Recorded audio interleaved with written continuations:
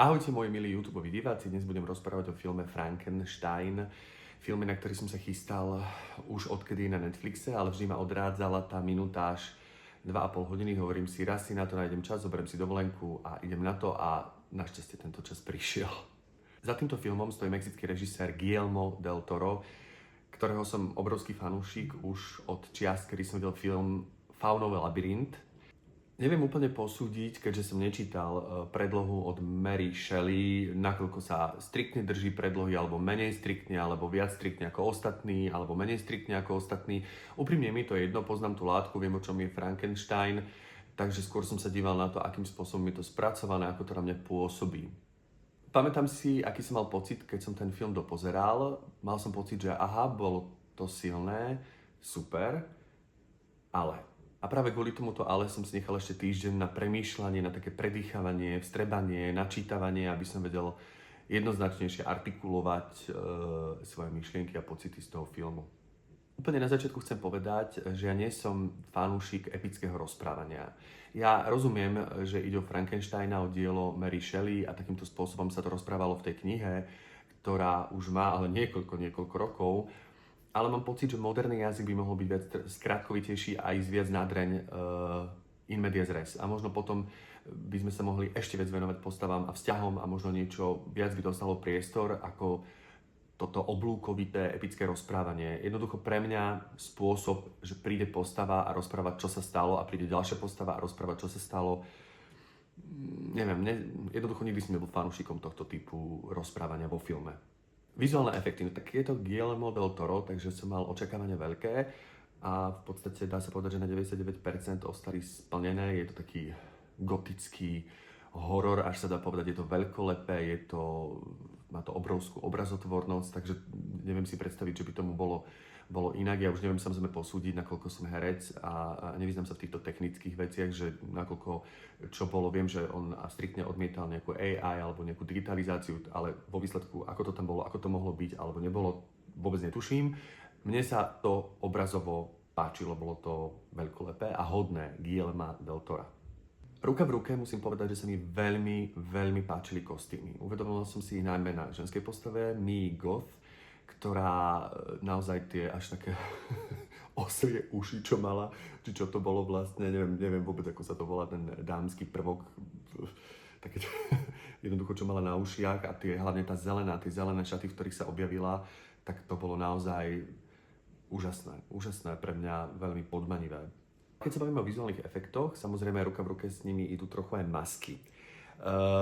Tu mám pocit taký zvláštny pri tom Frankensteinovi, hlavne teda čo sa týka postavy, ktorú stvárnil Jacob Elordi. Neviem, chvíľami to vyzeralo jak veľmi pekne svalnatý človek, ktorý je takým spôsobom naskicovaný. Že na to, že on vytvoril postavu a prebral mŕtvú postavu k životu, ktorá pozostávala z viacerých tiel, tak vlastne pôsobil veľmi súmerne, veľmi svalnato, pritom nechodil do posilky, bol iba pozostávaný z viacerých tiel, ktoré tiež možno nechodili do posilky. Chvíľami sa mi to zdalo také naivné voči tomu celému svetu, akým spôsobom bol zobrazený. Čo sa týka toho rozprávania jednotlivých postav, určite by som viac rozvil postavu Mia Goth, ktorá podľa mňa veľmi rýchlo aj naozaj si vytvorila vzťah k tomu Frankensteinovi, naozaj ho len zbadala a už mala vzťah k nemu, veľmi pozitívny. Chápem, že stvárňovala postavu, ktorá od malička fascinoval hmyz a tak ďalej, všetko živé.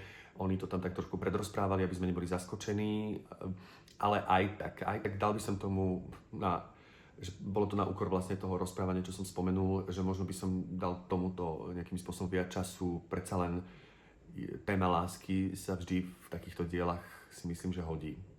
Rovnako by som venoval viac času tomu, ako postava Viktora Frankensteina, stvárňujúca Oscarom Isaakom, vôbec tejto Mia Goth, si ako keby ona sa mu nejakým spôsobom páči, priťahuje ho, tiež je tam nejaký potenciál lásky, ktoré ale on úplne v takej tej klasickej miere nie je schopný. Na toto by som možno ešte trochu zatlačil, pretože ešte krajšie by vyšiel potom kontrast s tým monštrom. Že vlastne to monštrum, ktoré je vlastne oživená mŕtvola, je schopné vo výsledku nejakej lásky, nejakej žiadostivosti a samotný stvoriteľ, ktorý stvoril toto monštrum, ktorý sa považuje za človeka a identifikuje sa ako človek, tak úplne v takej tej klasickej podobe tej lásky nie je schopný. A to sa mi zdá ako veľmi pekný motív, ktorý tam bol taký naznačený, ale pre mňa nie je úplne až tak hĺbkovo spracovaný, takže tomuto by som venoval viac času.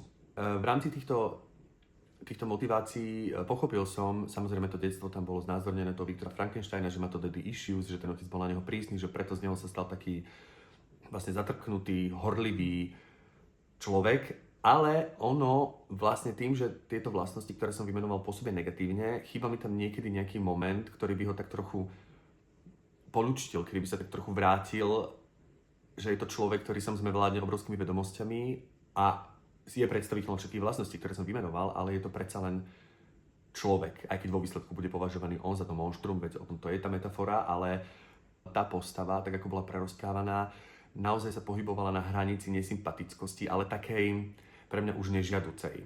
Čo sa týka hereckých výkonov, na to sa samozrejme najradšej zameriavam, lebo to je svet, ktorý ma baví, ktorý ma fascinuje, tak Oscar Isaac pre mňa podal neuveriteľný výkon.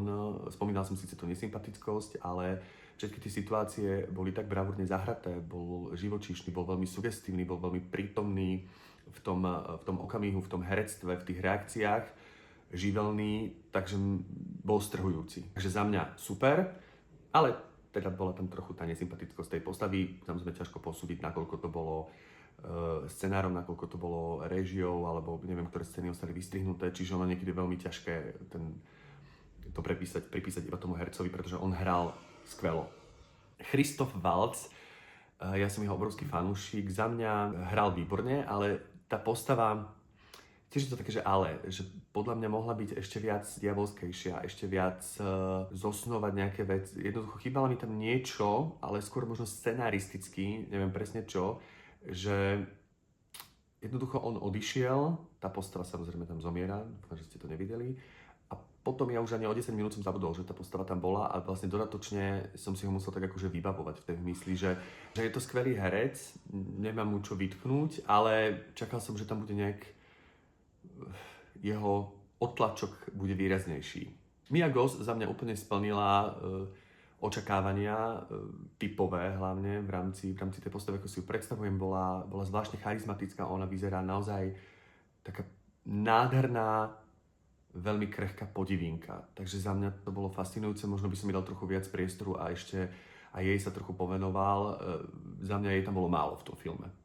Dostávame sa k hlavnej postave, ktorú stvoril Jacob Elordi. Je vychválený asi vo všetkých recenziách, samozrejme získal niekoľko nominácií za túto rolu. Ja musím povedať oprávnene, ale ono je to pre mňa vždy zvláštne. Samozrejme to, že dal do tej postavy celé srdce, že bol kultivovaný, citlivý a že vlastne aj vďaka nemu sme začali súcitiť s tým monštrom a dokázali sme mu pripísať všetky ľudské vlastnosti a empaticky nami pohol, tak musím povedať, že ja nikdy neviem, kde končí maska a začína vlastne herecký výkon, pretože v mnohých scénach 80% jeho výkonu bola tá maska. Áno, môžete povedať, že tie oči, ktoré mu trčali, boli citlivé a tak ďalej, ale veď áno, ale tá maska hercovi dosť aj pomáha. A neviem, čiže keby som mal vyzdvihnúť, lebo sme vedli takú debatu s kolegami, že koho výkon si viac ceníme, tak pre mňa je to stále Oscar Isaac. Hej, bol obnažený, naozaj až doslova obnažený a jeho herectvo malo veľmi konkrétne kontúry.